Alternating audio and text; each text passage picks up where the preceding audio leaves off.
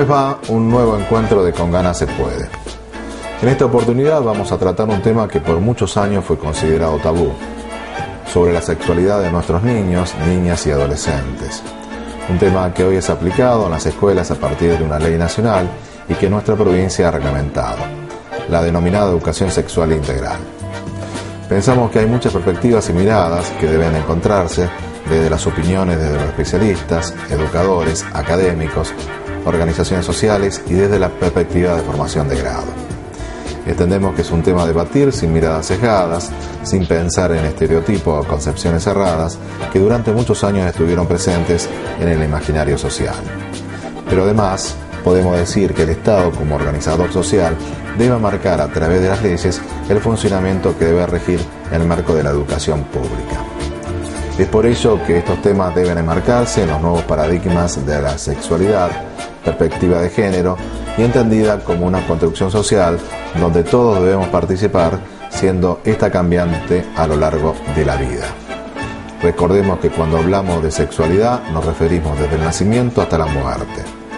Nosotros vamos a compartir en el programa de hoy el panel que se desarrolló en la Facultad de Ciencias Económicas en junio pasado, que llevó por título Educación, Sexualidad, Encrucijadas y Utopías, donde participaron distintos actores como representantes del Estado provincial y municipal, la Universidad Nacional del Litoral con su programa de género, sociedad y universidad, docentes primarios, secundarios y universitarios, organizaciones de la sociedad civil y público en general.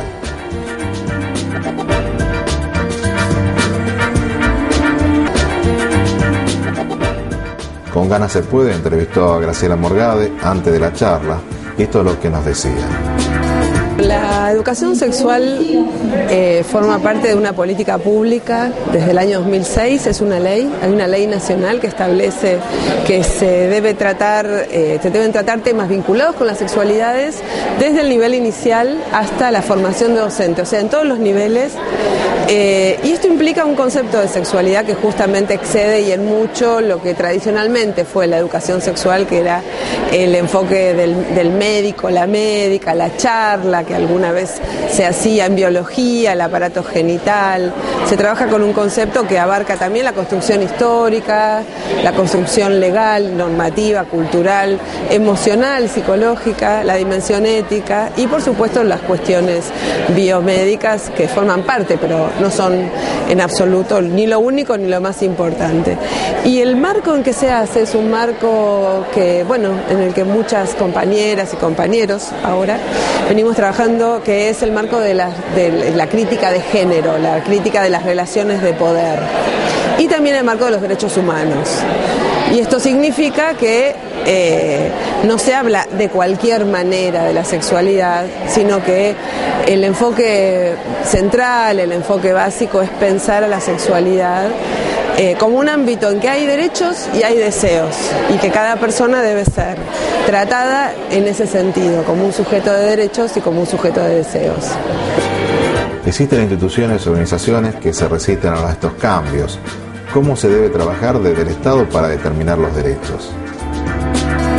Es interesante pensar quiénes llevan adelante esta política y hay una pregunta que es histórica en la pedagogía, que es ¿quién forma a quienes forman? Porque, bueno, si vamos a esperar a que todos y todas estemos 100% formados, formadas, no vamos a empezar nunca y además no habría quien forme. Esto es un dilema que es interesante en la política y la respuesta es que se trata de un proyecto que es articulado entre movimientos sociales, la gestión del Estado y los gobiernos y el sector docente. Ninguna pata puede estar por fuera.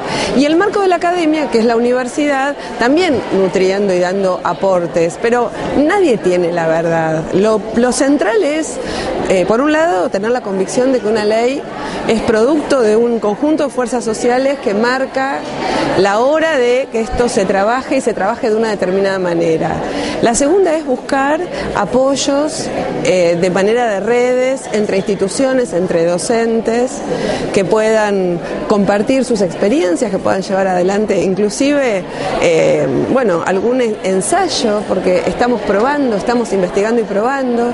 Y también es muy importante, porque tal vez estoy dando una versión un tanto edulcorada, es muy importante también tener a mano los organismos de defensa, de defensa que pueden ser defensorías, consejos de los derechos de niños, niñas y adolescentes, la justicia, porque si esto no se lleva adelante se está incumpliendo una ley. Y si un profesor o profesora trabaja desde una perspectiva que es agraviante, oculta o tergiversa contenidos, también hay espacios en donde ir a decir esto.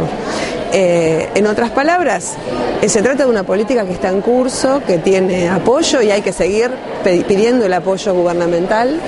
Hay materiales, hay investigación y también hay mucho por recorrer, de modo que bueno, espero que nos sigamos encontrando en los próximos años, que seguramente nos vamos a seguir encontrando porque bueno, hay mucho por hacer todavía. ¿Cuál es, en su opinión, por qué en algunas provincias esta ley todavía no se aplica? Yo creo que es cierto, en nuestro país la aplicación de la ley de educación sexual es despareja, que es cierto que hay provincias en las que hay fuertes presiones para que no se implemente y esto muchas veces tiene que ver con el miedo, el susto. Y en ese sentido yo creo que tenemos que contestar, por un lado, con una fuerte convicción de que estamos trabajando en un proyecto que va a ser más justa a la educación y al país. ¿Y por qué va a ser lo más justo? Porque va a poner a disposición de los chicos, de las chicas, de los adolescentes, de los jóvenes, una herramental de contenidos y de conocimientos que después utilizarán según su propio sistema de valores y de creencias. Si una familia sostiene un tipo de valores en relación, por ejemplo, con la sexualidad, el valor de la abstinencia, el valor de la castidad dentro del matrimonio, que son absolutamente respetables en tanto creencias particulares, la escuela es un ámbito público, estatal o privada, es un ámbito público en donde esos chicos, esas chicas tienen derecho a conocer. Y después, según ese sistema familiar, bueno, adoptarán un modo de vida u otro. Lo que no puede hacer la escuela es omitir la cantidad de información, de conocimientos, de necesidades que tienen la enorme mayoría de los chicos y las chicas del país. Y voy a decir una sola experiencia. Cuando a mí me preguntan las familias, ¿quieren educación sexual? Porque siempre aparece como el cuco de qué van a decir las familias. Y nuestras investigaciones muestran que muchísimas personas están muy contentas, muchas familias están muy contentas de que alguien pueda hablar con sus hijos y sus hijas, porque no siempre es fácil hablar. Y quienes hayan tenido hijos, hijas, saben que a veces la distancia emocional es tan chiquitita y una se siente tan implicada que, bueno, que hable con una maestra, con un maestro, con un profesional de la educación, a veces hasta es no solo alivia, sino que redunda en más aprendizaje. Y esto forma parte de lo que está pasando en nuestro país hoy. Así que creo que tenemos que caminar con mucha certeza a que la ley de educación sexual integral debe ser aplicada. Mabel Busaniche, de la Asociación Civil Palabras. Me parece que hay como un momento privilegiado en Argentina en orden a cómo la academia, diríamos, en los temas de género, está haciendo todo un esfuerzo para descubrir a partir de la práctica realmente los procesos que son los que te van marcando, diríamos, la teoría, ¿no?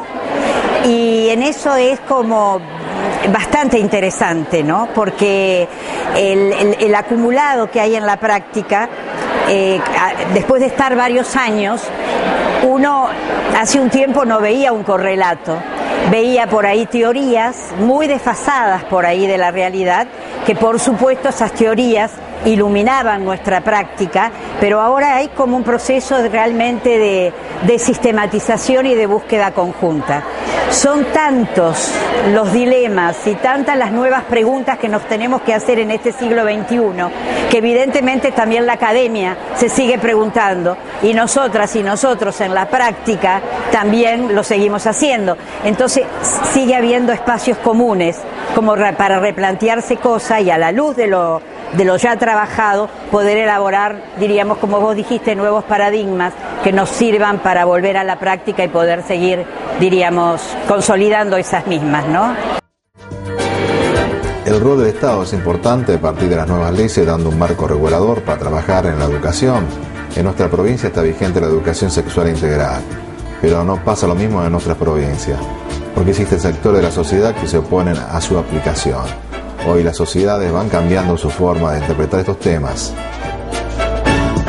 De ahí la importancia de las organizaciones de la sociedad civil, porque si no el Estado, que sabemos que es tan complejo y que es tan variado y que también sigue por ahí las dinámicas de quienes coordinan o quienes están, diríamos, con la responsabilidad de llevar esto adelante, si no hay una sociedad civil que empuja, que determina, que solicita, que diríamos, lucha para que estas cuestiones de años y de años se vayan haciendo realidad, no hay una ida y vuelta. Hay una cosa que es interesante, en el movimiento de mujeres de Argentina, podríamos decir, en algunas provincias muchísimo más que otras, hay muchas compañeras feministas que ya están en el Estado y que trabajan desde hace tiempo y que trabajan articuladamente con, diríamos, las organizaciones de la sociedad civil. Pero siempre hay que ver, por lo menos mi opinión, que esas organizaciones de la sociedad civil, fundamentalmente aquellas que formamos las mujeres, en pos, diríamos, y bregando por nuestros derechos, tienen que tener autonomía. No es que no se apoye, que se trabaje y que se coordine, porque hay ciertas cosas que el Estado tiene que buscar, diríamos, a gente preparada, gente con trayectoria, gente que pueda mostrar una práctica y demás, conjuntamente. Eso, te digo, es un momento bastante interesante lo que nos pasa en este momento y sobre todo en la provincia de Santa Fe. Pero la autonomía de las instituciones siempre es importante. O sea, que nunca nos terminemos de casar, digamos, ¿no? Porque siempre falta más y las organizaciones debemos apuntar, diríamos, para ese lado. ¿Cómo evalúa el rol de los medios de comunicación? Precisamente estás apuntando a un gran déficit que tenemos. Es decir, nosotras no sentimos que ni los informativos muchas veces, ni los programas especiales y demás reflejan el avance o el trabajo que se está haciendo, ni del Estado ni de la sociedad civil. Siempre me refiero a este tipo de tema, ¿verdad? Que hace, diríamos, a una construcción de una sociedad diferente, de iguales y de equidad. Entonces eso sí realmente nos preocupa. Creo que tiene que ser la gran pregunta de cómo podemos educarnos mutuamente, ¿no? Que ustedes nos digan a nosotros los grandes vacíos que tiene, porque siempre estamos protestando en contra de ustedes, porque por ahí dicen bien una noticia, pero la imagen no tiene nada que ver con esa noticia. Si estamos trabajando aborto no punible, no puede ser que tomen una mujer que va a parir y solamente eso. Es decir, hay cosas que tenemos que aceitar mucho, como la imagen está de acuerdo a la noticia. También nosotras nos debemos muchísimos más materiales visuales que no lo tenemos. O sea, las ONG hacen sus cosas, pero siempre estamos con lo justo para seguir trabajando. Entonces esta cuestión de los materiales es sumamente importante, pero no solamente tenerlos nosotros, que los medios y que también las direcciones de los medios posibiliten que esas cuestiones pasen. No solamente la televisión o Encuentro o algunas cosas de la TV pública que se interesa por eso, sino muchísimo más masivo, ¿no? ¿Cómo se encuentran las distintas organizaciones sociales que abordan estos temas? Bueno, yo siempre me ha caracterizado por ser demasiado optimista, ¿no? Y ese optimismo me lleva a ver después de, te diría, 30 años, unos avances así imposible de creer. Si uno se retrotrae lo que significó hace 30 años que hablar ya de los derechos de las mujeres era como, ¿y esta de dónde viene? Y después se incorporó lo de género y que fue siempre todo tan difícil, y ver el proceso y ver cantidades de gente joven, tantas chicas y chicos, ¿no? El que bajo el paraguas del género se esté trabajando muy bien toda la cuestión de las diversidades sexuales. Hay tanto de acumulado en el movimiento feminista y el movimiento de mujeres, tanto que emociona. Pero eso que te emociona, no, bueno, por supuesto no es que se bajen los brazos, porque evidentemente hay otras que están viendo cosas que nosotras ya no vemos y que tienen que apuntar. Por eso es tan importante seguir trabajando de alguna manera intergeneracional, ¿no? Eso es lo que te iba a decir, digamos, porque me parece también importante que las nuevas generaciones se sumen a este proyecto. Por supuesto. Por supuesto, no, sí lo hay. Y nosotras las viejas, por supuesto, tenemos que hacer todo lo posible para dejar esos espacios, o no dejarlos, o trabajar juntas, pero para posibilitar que haya muchísimo más mujeres y más jóvenes haciendo su aprendizaje como nosotras lo tuvimos en su momento. Compartimos la exposición de la doctora en educación, Graciela Morgade. ¿Qué es la identidad, no? ¿Cómo cada uno se piensa? Y aquí la noción de la identidad es una noción que también resulta muy fértil, porque cada uno se piensa y se siente de una determinada manera. O sea, la identidad pensada sobre sí mismo, sobre sí misma, es, bueno, la respuesta que nos damos cada mañana: yo quién soy. Si cada mañana me levantara y fuese una persona diferente, sería bastante complicado vivir, ¿no es cierto? Hay una cierta permanencia en esa identidad. Yo me identifico, soy con ciertos rasgos, y también la identidad es algo que nosotros y las otras me dicen que soy. A veces hay correspondencia en lo que yo siento, pienso, vivo y lo que los demás me dicen, y otras veces hay disidencias, hay fricciones. Bueno, acá tenemos una primera cuestión a pensar. Esa identidad es una construcción, efectivamente es una construcción, no es de una vez y para siempre, tiene inclusive una cierta inestabilidad.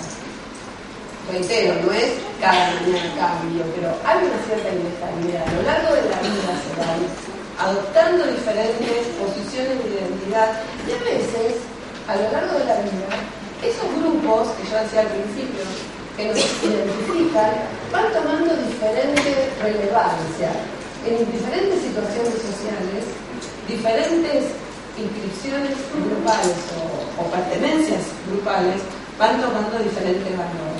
Forma parte de un dispositivo que va construyendo ese cuerpo, que va indicando cómo ese cuerpo debe ser, cómo ese cuerpo es bello, cómo hacemos socialmente que ese cuerpo sea bello.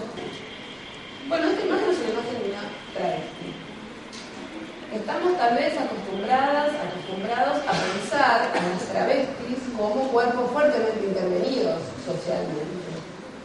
Pero, en general, si ahora estamos pensando en esta perspectiva, la construcción social del cuerpo, lo que podríamos decir es que tal vez en este cuerpo hay un poco más. Pero si pensamos en lo que acabamos de ver, las cirugías normales, las hormonas, los cuidados de todo tipo, también en realidad la travesti es una forma más de construcción social del cuerpo, no es la única construcción social del cuerpo sexual, ¿no? Entonces, pensando en esta categoría construcción social del cuerpo, me gustaría agregar la dimensión crítica de los estudios de género. Los estudios de género vinieron a marcar, a señalar, a denunciar básicamente la desigualdad que, como marco de relaciones de poder, caracteriza la construcción social de estos cuerpos.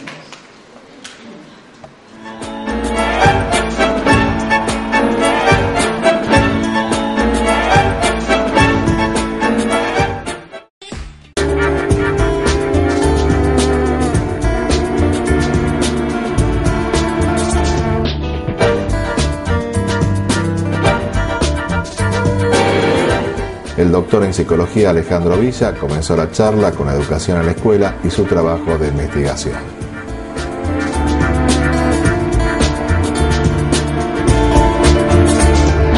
Hay una concepción particular de una sexualidad, ¿no?, que es la genital precisamente, ¿no?, determinados discursos, que es un discurso psicológico, discursos biomédicos, y un enfoque particular de entender a la sexualidad, que es el enfoque de riesgo para entender la sexualidad, que es un paradigma que en las ciencias sociales tuvo mucha fuerza y que aún sigue teniendo vigencia desde los años 80. que parte, bueno, de la idea de que el contexto social influye sobre los sujetos y eso lo propende, digamos, a ponerse a riesgo, a utilizar mucho. En cuanto a lo que hace a la sexualidad, fundamentalmente el hecho de intervención que ha tenido el enfoque de es tratar de aplazar inicio de relaciones sexuales, controlar las decisiones, digamos, de alguna manera de los adolescentes en cuanto al ejercicio de la sexualidad. Bueno, todos estos elementos obstaculizan, visibilizan y reflexionar sobre el lugar de los cuerpos de niños, niñas, adolescentes y adultos en la escuela.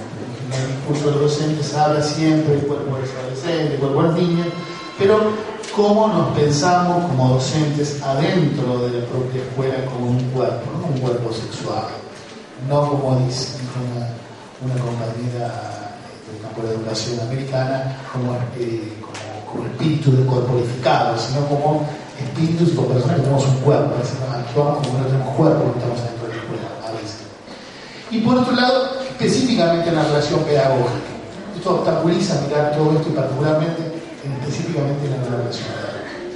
Segunda cuestión, que es algo también sobre lo que he investigado, es un proyecto específico sobre un profesorado de media, digamos, no voy a detenerme acá en los datos, pero puedo corroborar que existen importantes dificultades en la formación docente inicial para pensar la relación entre cuerpos y afectos con la transmisión de conocimientos. Esto es algo absolutamente separado. A la hora de poner a hablar a los estudiantes de profesorado con los que yo trabajé, digamos, para pensar la transmisión, por en su misma formación en el profesorado, hay una separación muy tajante y hay distintas tensiones entre todo lo que tiene que ver con el orden de la adquisición de conocimientos y todo lo que tiene que ver con el orden de la afectividad en la relación pedagógica y la transmisión que se juega ahí. ¿Sí? Probablemente sepan, acá hay gente muy joven, así que seguramente les habrán contado ya sus profesoras, sus profesores y algunas personas más añosas seguramente lo habrán protagonizado. El movimiento social de mujeres, que se llama la segunda ola del feminismo, viene trabajando con mucha energía, con diferentes momentos y diferentes expresiones, pero fuertemente podríamos poner como la década del 70, los 80 como un hito, en general en el mundo occidental y antes y después de la dictadura militar en la Argentina.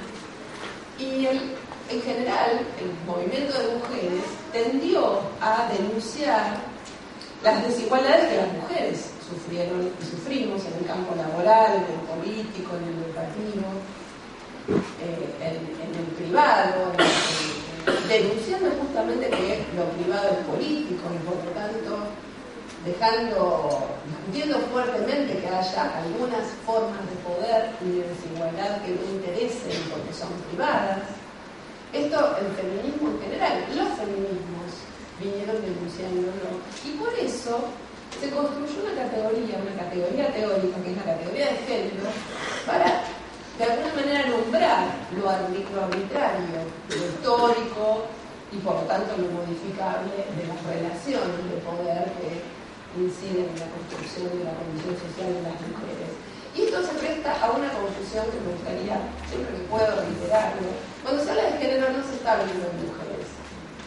Cuando se habla de género tampoco, y ahora vamos a ver, se habla de homosexuales. Lo que se está hablando es del conjunto de relaciones de poder que en términos de significaciones sociales señalan, en términos de desigualdades sociales, señalan los papeles, el lugar que en una jerarquía ocupan estos cuerpos sexuados y cómo deben ser y cómo deben conducirse y a qué tienen derecho, qué pueden hacer y qué no pueden hacer. Estamos hablando de relaciones de poder.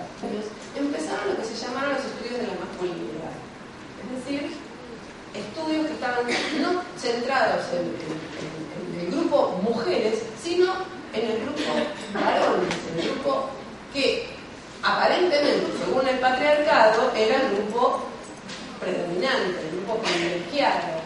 Y los estudios de la masculinidad mostraron que no todos los varones tampoco disfrutaban de los privilegios del patriarcado. No todos los varones formaban parte de ese grupo dominante, de ese imaginario del atleta griego o del militar, esa virilidad construida históricamente y profundizada en el capitalismo industrial, señalaba varones como los ganapanes, el hombre que debe ganar el pan, el hombre que debe tener una actividad sexual sostenida, el hombre que tiene que mostrar su valentía. Empezaron a haber grupos de hombres que empezaron a discutir el paradigma o el modelo del varón, del macho dominante, ¿no?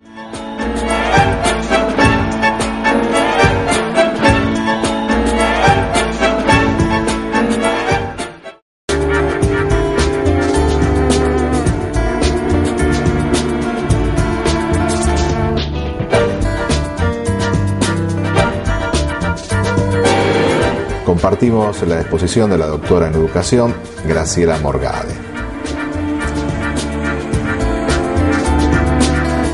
Creo que existen en este momento innovaciones, cambios en los sentidos hegemónicos de construcción social del pueblo.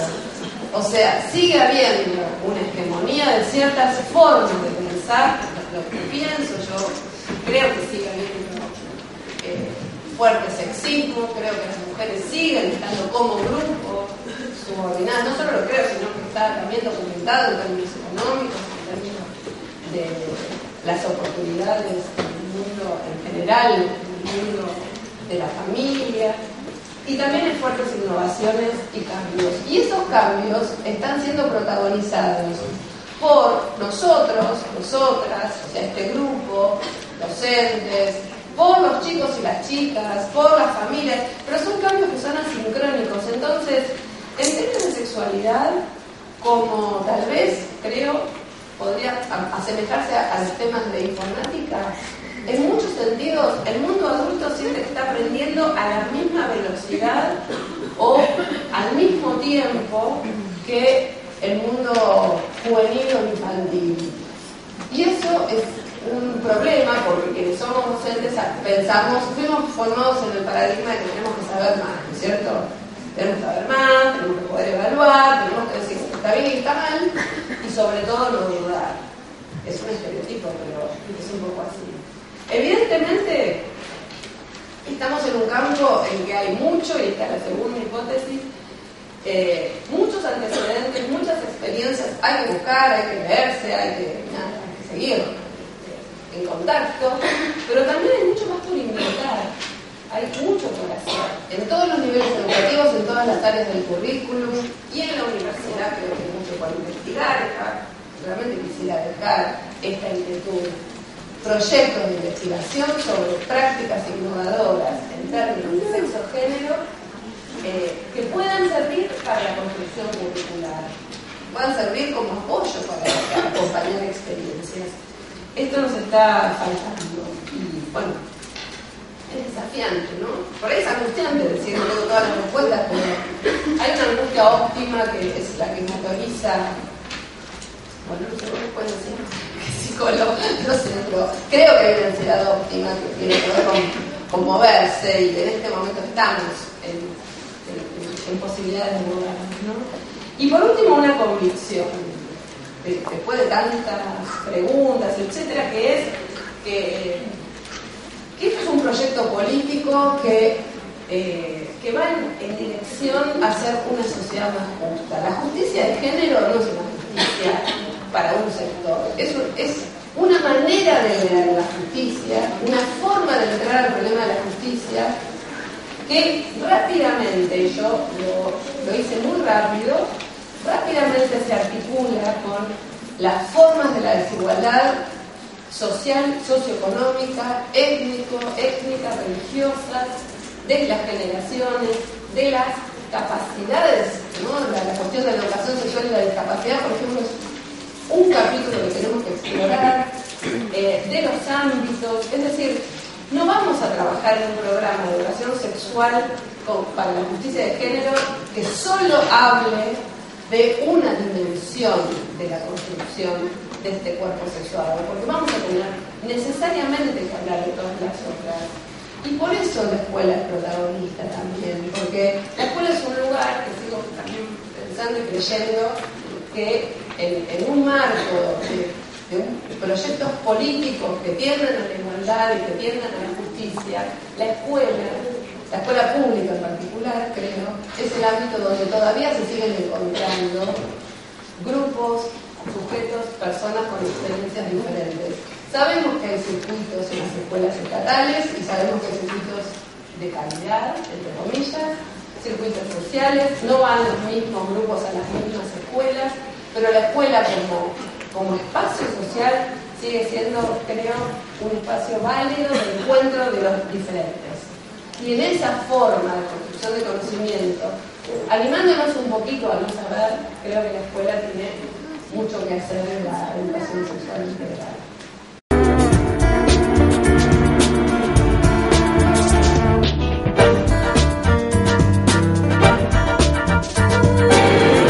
María Fernanda Pagura y Maica Trevisi, docente de la Facultad de Medicina y de la Facultad de Ciencias Económicas. A ver, la idea del panel del día de hoy es primero conmemorar dos fechas que necesitamos darle visibilidad, ponerlas en agenda, que es el Día de la Educación No Sexista y es el Día del Orgullo Gay.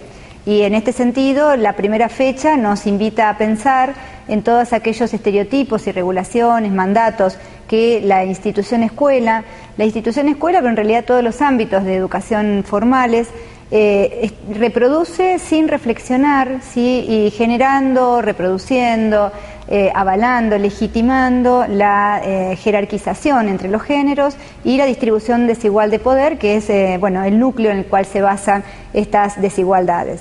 Y en relación a la otra fecha, que es el Día del Orgullo Gay, nos interesaba precisamente ponerla en visibilidad porque tiene que ver con las condiciones, ¿no?, de mujeres y varones y las múltiples formas de vivir la sexualidad, tanto desde la identidad sexual como también desde las orientaciones sexuales. Y esto también forma parte de un sistema que llamamos sexismo, ¿sí?, de prácticas sexistas que hacen que la heterosexualidad obligatoria sea parte del mandato y las regulaciones sexogenéricas. Y en este sentido el panel ha tenido ese doble objetivo. Primero, dar visibilidad a temáticas que nos interesan, que se pongan en agenda, y por el otro lado, también incluir aquellas temáticas que a nivel curricular en la Universidad del Litoral, como en otras universidades, todavía sigue estando en los márgenes el tratamiento, el abordaje teórico desde campos disciplinares con herramientas metodológicas y epistemológicas que ya disponemos en las ciencias sociales, que decía aún no están dentro de lo que llamamos el currículum prescripto. ¿Evalúan cómo se trabaja de las distintas unidades académicas el abordaje de la sexualidad? Bueno, en la universidad hay ciertos nuevos horizontes que permiten pensar con esperanza estos temas, porque por ejemplo en medicina, en una facultad como la de medicina tan tradicional, se está rompiendo la currícula y aparecen otros espacios, por ejemplo las áreas de sexualidad, género y reproducción, la forma de mirar nuevamente a esta persona y humanizarla. Y entonces, esto implica también pensar en una sexualidad más allá de un aspecto biológico, biologicista, biomédico, desde los miedos, sino que desde el abordaje del ser, del sentir, de la sexualidad como un todo. Y entonces se están abriendo pequeños lugares, intersticios, donde se pueden empezar a debatir con los estudiantes y las estudiantes que son en realidad los agentes de cambio de esta situación y estos nuevos planteos y justamente de estas nuevas esperanzas, como acabo de decir. Porque, eso es en el marco de la universidad, en especial en una cátedra, en una facultad. En realidad en todas las cátedras, en todas las facultades. Yo estoy dando el ejemplo de la Facultad de Medicina como una situación especial que se da con un área de sexualidad, pero también es importante llevarlo a todos los campos. También, por ejemplo, en la formación de profesores y profesoras, es muy importante incorporarlo en la currícula, todavía no está así debatido, incorporado, entonces eso queda como al interés de las personas que están dando la cátedra ahí, y entonces en realidad no tendría que estar así, tendríamos que seguir discutiéndolo, hablarlo, y en ese sentido también hacemos pequeñas instancias o seminarios, pero son seminarios también que todavía no están inscritos como yo decía, en una unidad académica en especial. Pero son intersticios que la universidad en realidad parece que está dejando permear y parece que está poniendo en discusión. Vamos a ver cómo... En relación a la objeción de conciencia, lo cierto es que el Estado provincial al menos ha gestado un registro de objetores, ¿no? Tal como anunciaba la ley 11.888, que es la ley provincial, que nunca en realidad se había implementado, pero se armó un dispositivo a partir del año 2008, en realidad se inicia, 2008-2009, se inicia porque las organizaciones de la sociedad civil generamos, ¿no?, un acto de exigibilidad en derechos, porque precisamente una de las cuestiones que permanentemente relevábamos era que en los centros de salud, médicos, médicas, enfermeros, enfermeras, profesionales del equipo de salud en general, argumentaban o ponían, digamos, argumentos haciendo alusión a derechos individualísimos e impidiendo que los derechos colectivos, derechos sociales, los derechos sexuales y reproductivos como derechos humanos puedan ser ejercidos por mujeres, especialmente mujeres. El tema de, por ejemplo, el no acceso al DIU, el no acceso a la ligadura, a la lisis tubaria, el no acceso velado, con argumentos realmente que se caen a la vasectomía, y desde ese momento el Ministerio de Salud gesta este dispositivo conjuntamente con las organizaciones. El programa de género fue actor en esa herramienta de exigibilidad que hicimos cuando presentamos el relevamiento de políticas públicas. Y el registro se puso en acción el anteaño, año 2011, 2012 se revisaron todas las objeciones de conciencia, porque en realidad muchos argumentos esgrimidos por los profesionales de la salud no eran objetores, o sea, en muchos operaba otro argumento que no entraba dentro de lo que se define como objeción, y se revirtieron en muchos casos profesionales, en este caso eran médicos y médicas, que se revirtieron la objeción. Se revirtió, lo cual significó que de un X porcentaje, muchos de ellos dijeron que iban a hacer esas prácticas porque en realidad no la entendían bien, ¿está? Entonces era más fácil. Bueno, eso fue un trabajo de hormiga que hizo el Ministerio de Salud, pero lo cual implicó, digamos, transparentar, digamos, más que transparentar, poner en situación de que, bueno, si no soy objetor, tengo que hacer la práctica.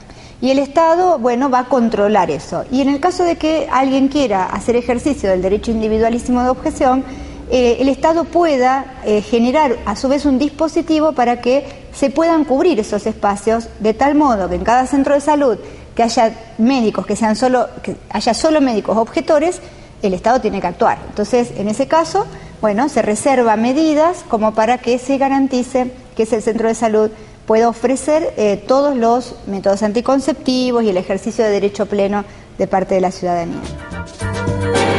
Y Paula Fernández, de la Escuela La Cecilia, nos cuenta su experiencia de abordar estos temas con sus alumnos.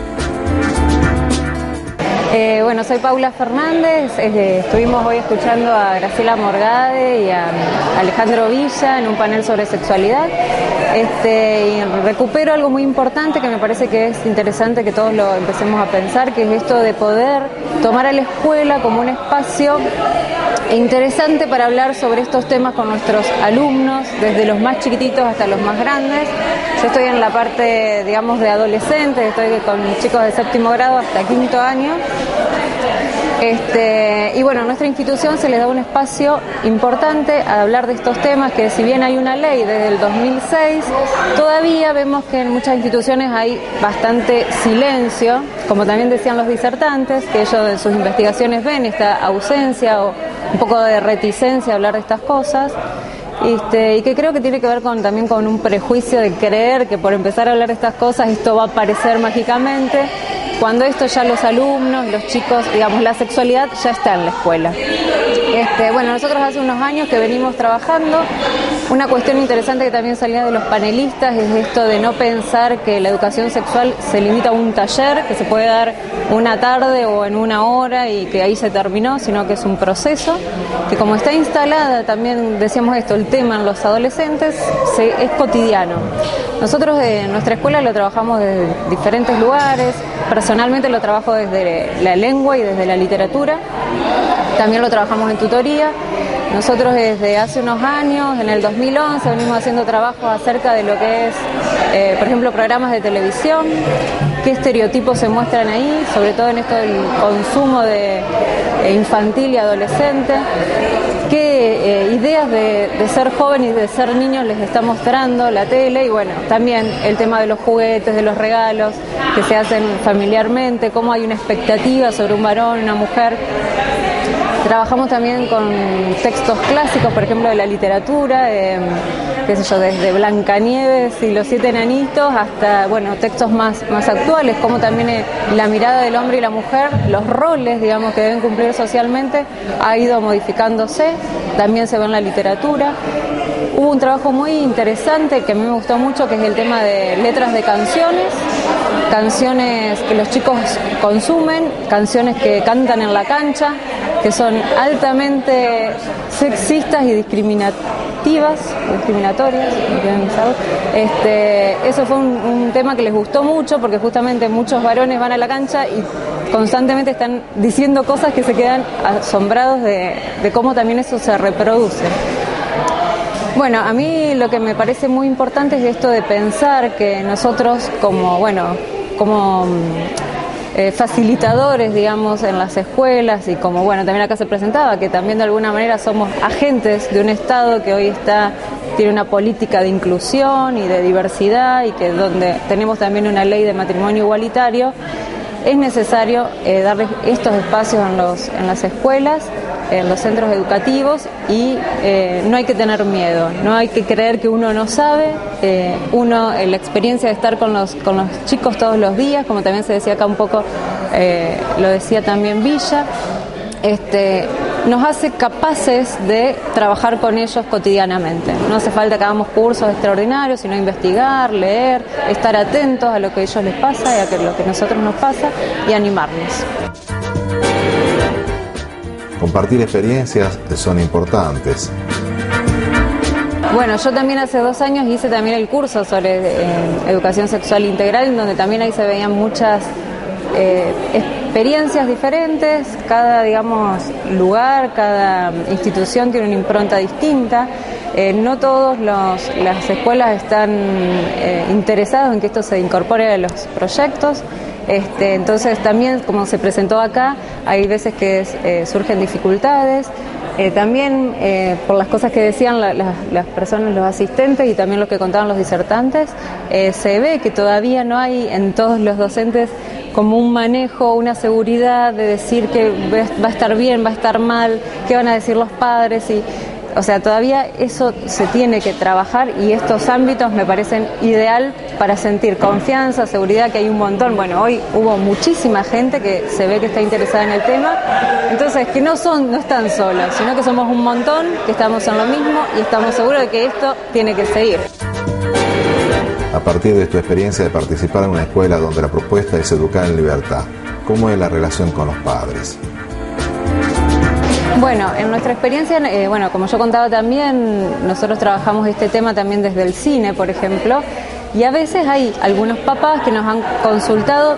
No es que trabajamos con cine homosexual, por decirlo de alguna manera, ¿no? Pero el tema de la sexualidad, como ya decía antes, está en todos lados. Y a veces hay papás que están como dudosos y nos vienen a hacer consultas. Nosotros, por suerte, tenemos también la posibilidad de atenderlos, les explicamos desde dónde se trabaja. Otra vez esta cuestión, ¿no?, de que los padres por ahí tienen temor de decir, bueno, están hablando de esto, entonces mi hijo de repente va a tener una vida sexual activa, ¿no? Porque también el concepto de sexualidad es... los significados no son todos iguales. Las personas a veces creen que la sexualidad es la relación sexual, la práctica, ¿no?, como también decía Morgade. Entonces los padres se asustan, ¿no? Ay, pero mi hijo tan chiquito y demás.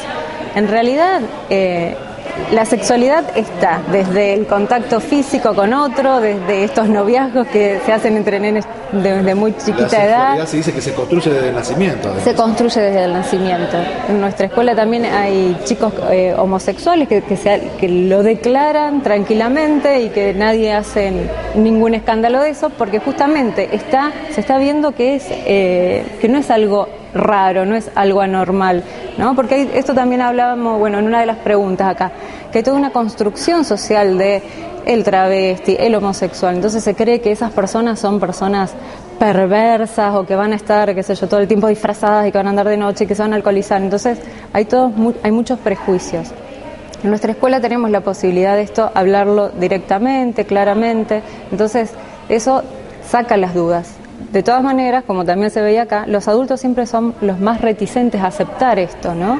Fíjense que nosotros tenemos una ley de matrimonio igualitario y todavía los adultos no saben cómo manejarlo, ¿no? Acá también salía esto, ¿no? De no saber, por ejemplo, en una clase de educación física, poner un chico, una persona con disforia sexual en un grupo a otro grupo. Dicen, pero ¿por qué están separados? ¿no? Tiene que ver con la identidad, ¿no? Exactamente. Entonces, bueno, y también hay está hoy también el trabajo de la identidad, desde el Ministerio de Educación está propuesto eso, nosotros lo trabajamos, el trabajo desde la juventud, ¿no? Entonces, esas cuestiones tienen que estar transversalmente en el área que el docente se crea capaz de hacerlo.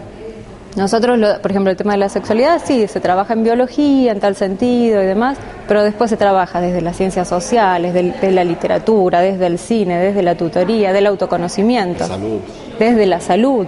Entonces, pero todavía me parece que falta esa cuestión de sentirse seguro, con saber que el conocimiento que uno tiene es válido, no hace falta tener un título de sexólogo, porque incluso fíjense que estas áreas de educación sexual integral están transversales, entonces somos capaces. Y cuando hay dudas, bueno, hablarlo con alguien que se sienta más seguro, ¿no?